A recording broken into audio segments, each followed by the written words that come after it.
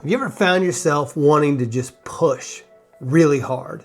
Like to do something way beyond your comfort limits, something that there's a high likelihood that you're not gonna succeed, you're likely gonna fail, but man, there's a chance you just might finish it. And if you do, it's the kind of success that's gonna be, wow, that was awesome.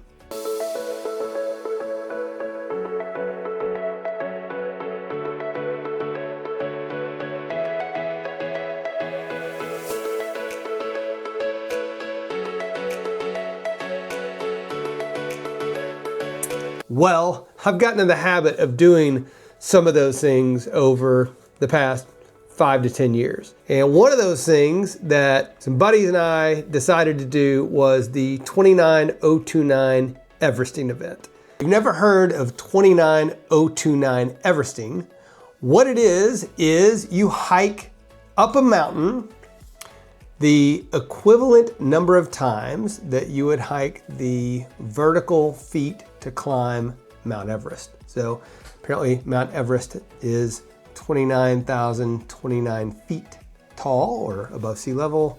Not really sure exactly how that works, but it's 29,029 feet of vertical ascent.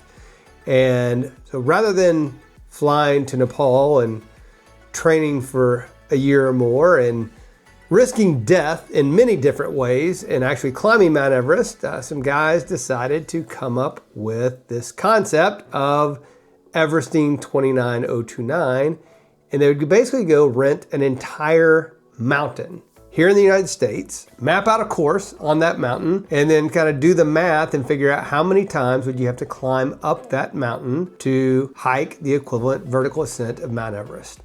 And they put this out there. The three guys that did it, pretty amazing. Like Mark Hudelich, Colin O'Brady, Jesse Itzler. I think Mark and Jesse started this, then later brought in Colin O'Brady onto it, and it's really taken off. First of all, Jesse Itzler, if you follow him, know him, that guy, everything he touches seems to take off. At least it seems that way to me. And he's just really got the wow factor on bringing people into his world. People want to be around him. Colin O'Brady, if you haven't followed him, wow, what an impressive feat. He continues to impress me, setting consistent world records over and over again. Neat story. If you haven't read his book, The 12-Hour Walk, highly encourage you to pick up a copy of that, read it, implement that 12-hour walk into your life as well. It's pretty profound to be able to do that.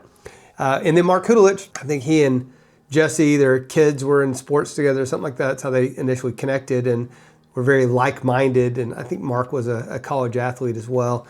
But anyway, these guys got together, started this concept, and it has really taken off. Well, my friend, Ray Byatt, found out about this in maybe 2021, might have been 2022. And Ray was trying to go do this for himself. And the challenge he found was every time he went to register, I mean, these things would sell out like that. Just absolutely, you got hundreds of people registering to pay thousands of dollars each to go hike this mountain, and it sells out in like 30 minutes. The entire mountain would sell out. So Ray kind of got a backdoor way, figured this out. If he got a group of people in, he was told if he got 12 or more people to go in, then we could get kind of front of the line access and pre-register in essence. And so Ray got with our friends at GoBundance and basically got a group block done for GoBundance, and then a few of us, I think about 12 of us, decided to sign up and be the first guinea pigs from GoBundance to do the 29029. This was in 2023 we did this event. So we signed up in 2022, late 2022, made the commitment, paid the money, which is a lot of money to go climb a mountain and suffer for 36 hours. That's the commitment we made, and we were off to the races. So October rolls around, and the event we had signed up was in Stratton, Vermont. At the time, there were, I think, 6 mountains a year that 29029 was running these events at. Vermont was one of them. They've done it in, I think, Park City area or Snow Basin and Whistler and a few other areas. But the one we went to was Stratton, Vermont in October. Our date to launch was October 20th, which also happens to be my beautiful wife Amber's birthday. Happy birthday, Amber! Yeah! And she as she has many times, graciously said, yeah, go do this thing on my birthday again. Sorry, Ken. But that's what I do sometimes. And so here I am going to hike this crazy mountain in Stratton, Vermont on October 20th. We arrived to Vermont a day before on the 19th. It's just gorgeous. Vermont in October, in the fall, absolutely beautiful. The trees, the flora, the fauna, the animal, the wildlife. I mean, everything about it out there is just absolutely beautiful. We get in, get through, check in, see some of the introductory speakers, kind of telling us what to expect, motivating us to get ready and prep to do what we're about to do. And then the event starts at 6 a.m. the following morning, October 20th. And it runs through 6 p.m.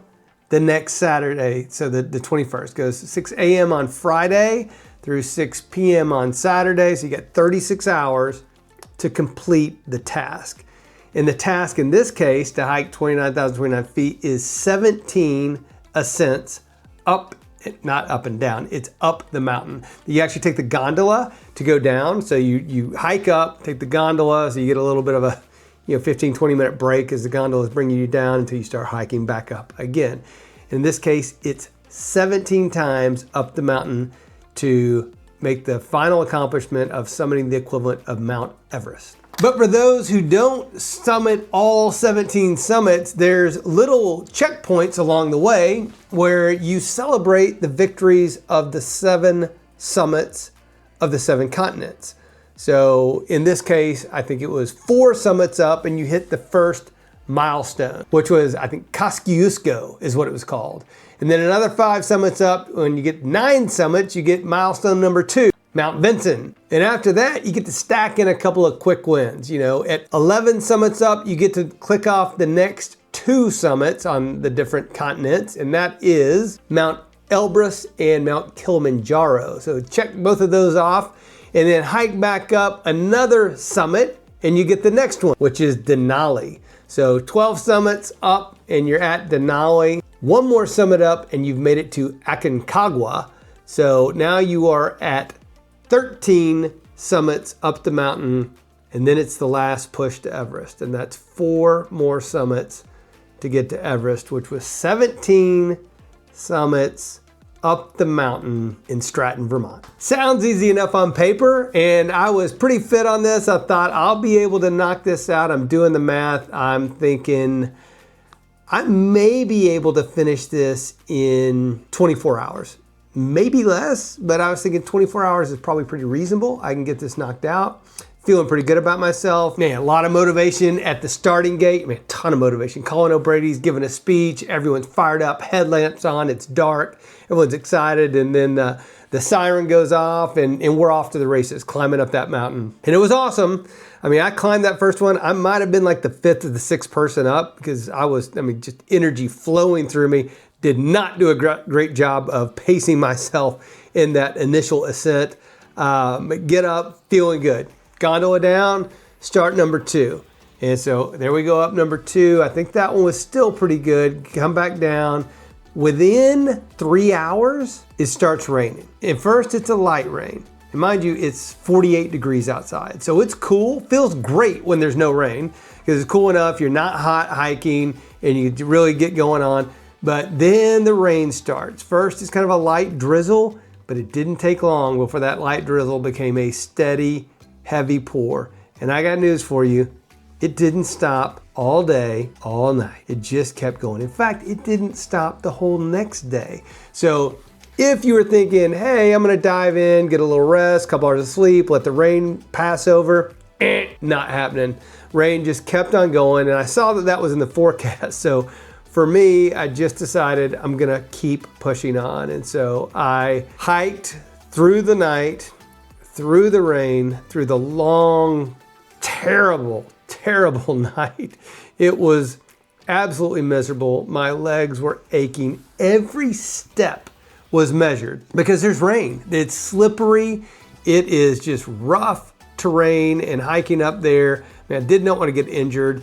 So it was a slow go.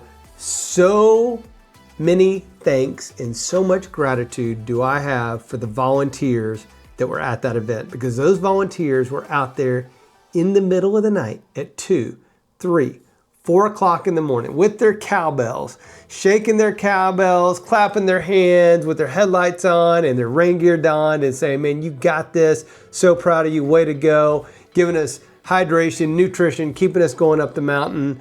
And there were only a handful of us that decided to trek all night long through the long hours of the night. Most people headed in to get 2 or 3 hours or 4 hours of sleep and then come back out in the morning. But I gotta tell you, I had no interest in getting warm and dry and sleeping for a few hours and then coming right back out into the cold, wet nastiness. So I pushed on and pushed on and pushed on, and finally, 30 hours later, I mean, this is 30 hours with no sleep, 30 hours of walking uphill consistently. Woo! It was rough, but 30 hours later, I reached the final summit. I earned my red hat and became victorious on the event. So man, what a thing to do, what an accomplishment. And it was certainly was not a preordained success. Yeah, while I thought I would be successful, and I thought I might even do it in 24 hours, I was lucky to get done in 30 hours. I can tell you, several of our team members from GoBundance didn't complete the task. There were injuries, there were illnesses, people getting sick. It was rough. This particular one, I think on average, they have around 80% completion rate, people that make all 17 summits on the Everesting 29-29 events. This one, because of the weather conditions, had some of the lowest accomplishment rates of all of them. And I think we were down in the 60s, maybe the low 60s as far as folks that finished it all. So it was by no means a given that you would be successful. Fortunately, I was. I had a couple of my friends that were not. Kudos to my buddy Ray Byatt, who's number one, the guy that organized this whole thing and got us doing it, but he was not successful. He went out and did it the following year, trained extra hard, got sick that following year in the middle of his event, and that was caused by ibuprofen interacting with his body. So he had to bail out the second year, so it was not successful, but he went and did it a third time too. And that third time, my man Ray came out red hat and all, absolutely successful. So what a shining example of just pushing through and sticking with it until victory was his. So look, this is it. I'm all about do hard things on purpose, push yourself out of your comfort zone, succeed in ways you just didn't think were possible, because great things are on the other side of that success. So if you like this content, if you want to see more, if you want to get info on parenting, laundry hacks, doing hard things, systems for success, and more, hit subscribe to the channel, like us, click the little bell, and follow us. Do your thing, do hard things, and let me know what you're doing, because I just might want to come join you on the next one. Thanks so much. Take care.